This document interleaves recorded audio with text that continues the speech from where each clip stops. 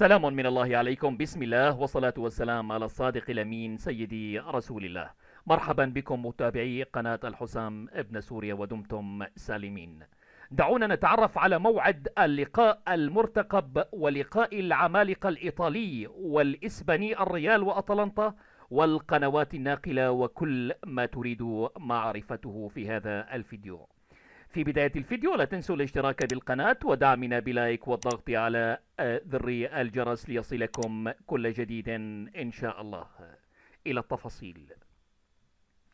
يتطلع المخضرم الإيطالي كارلو أنشيلوتي إلى قيادة كتيبته المدججة بالنجوم والكتيبة التي هي من العيار الثقيل إلى لقب أوروبي جديد حين يواجهون أطلانتا الإيطالي في السوبر الأوروبي 2024.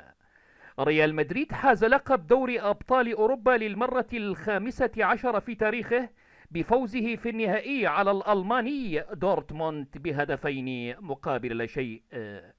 أما أطلانتا الإيطالي فحقق المفاجأة وفاز على باير ليفركوزن الألماني.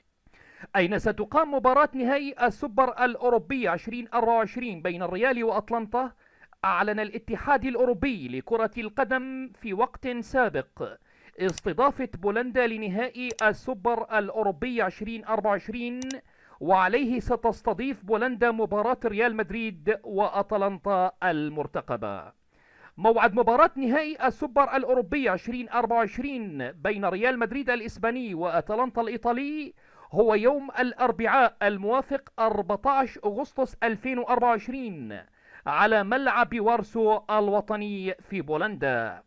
وتنطلق صافرة بداية المباراة في تمام الساعة 10 مساء بتوقيت كل من جمهورية مصر العربية والمملكة العربية السعودية، 11 مساء بتوقيت الإمارات العربية المتحدة، الساعة 8 مساء بتوقيت المغرب والجزائر. القنوات الناقلة لنهائي كأس السوبر الأوروبي 2024 تذاع مباراة كأس السوبر الأوروبي عبر شبكة قنوات بي ان سبورتس الرياضية القطرية، الناقل الحصري للدوري الإسباني والفرنسي والإيطالي والألماني ودوري أبطال أوروبا والدوري الأوروبي.